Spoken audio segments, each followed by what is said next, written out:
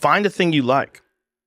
Try to find a thing that you really enjoy. Try to find a thing that you're passionate about. For me, early on, it was drawing. It was illustrations. It was comic books. I wanted to be a comic book illustrator.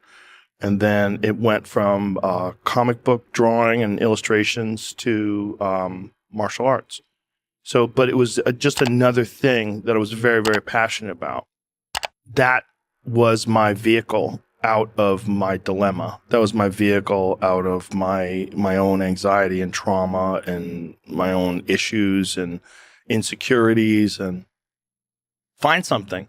Find a thing that you genuinely enjoy, because getting good at things you genuinely enjoy is extremely beneficial for young people, because it lets you know that, like, everybody thinks they're a loser. Every young person thinks they're a loser, at least a young person in the situation I was at.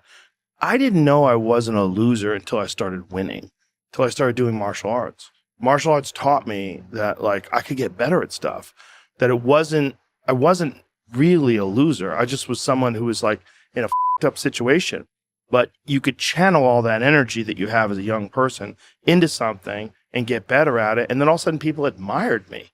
I was like, this is crazy. So I went from being someone who was incredibly insecure and basically a failure to someone who was really successful at this one thing that was very dangerous, that other people were scared of.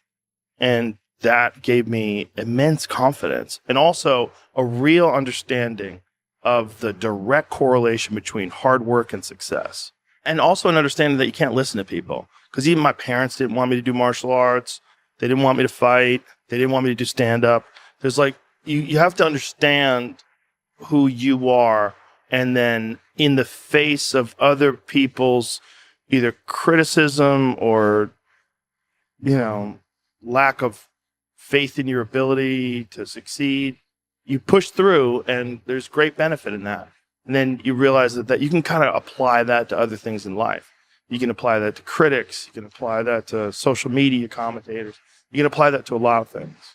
And I don't think people are happy if they don't have puzzles and complex tasks and things that are interesting to them, whether it's an art project or whether it's learning something completely new like stand-up comedy. Like, doing things that are difficult is it's as much of a nourishment of the mind as food is a nourishment of the body. I think you need things that are puzzling to you, where you have to find your own human potential in the difficulty of the task and work your way through things. At least for me, and in my life, that has been 100% constant. I am a very happy person, and I have never had a moment where I'm not doing difficult.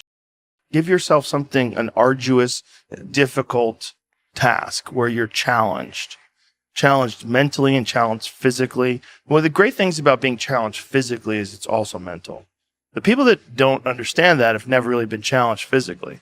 People that think that physical challenges are just physical. It's just brute grunt work. It's not. It's emotional intelligence. It's understanding your desire to quit and conquering your inner bitch. All that stuff it's mental. It's playing out inside your head, and there's a mental strength that you acquire from that you can apply to intellectual pursuits.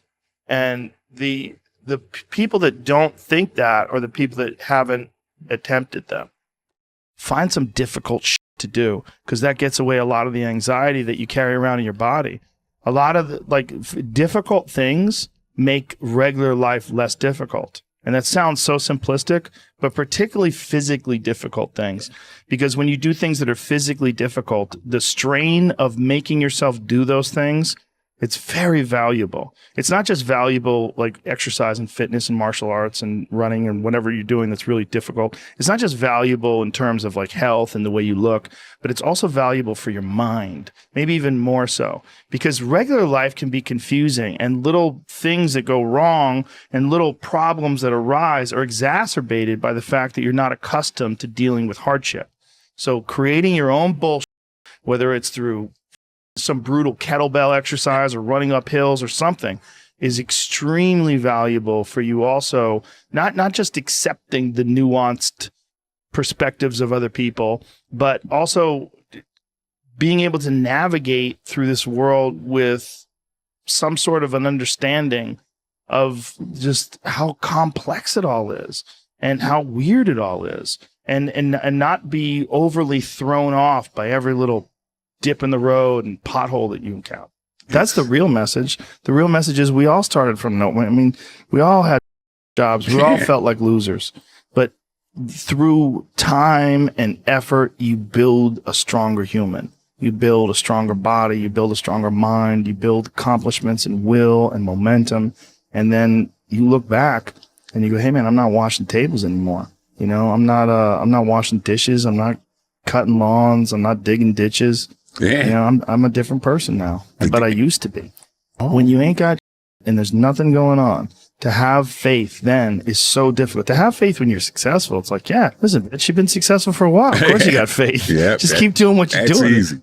It's like you already got up the hill. Now you're just coasting. You know, you're just rolling down the hill. Everything's great. The hard part is getting up that hill, especially if you got a dad you're hiding from, especially if you feel like you're a loser, or you never really had anything in your life that you could look back on and say, hey, I was really good at that. You know, and there's a lot of people out there listening to this. There's so many people that are in that starting point. Like the people that come up to you and say, I don't know what to do. The way you can change is you have to put aside enough money to give yourself a window. And then you have to have a plan, and you have to spend all your waking hours outside of whatever job you do planning your escape. And you have to come to the realization very clearly that you've f***ed up and you got yourself stuck. So whatever you're doing, you have to do it like your life depends on it.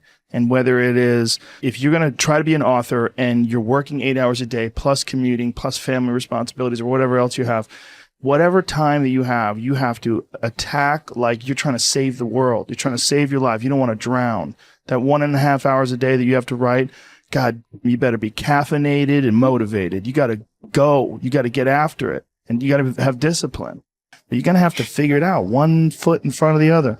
You're going to have to find a thing and keep working at it and get better at it. That's one of the things that I like so much about martial arts.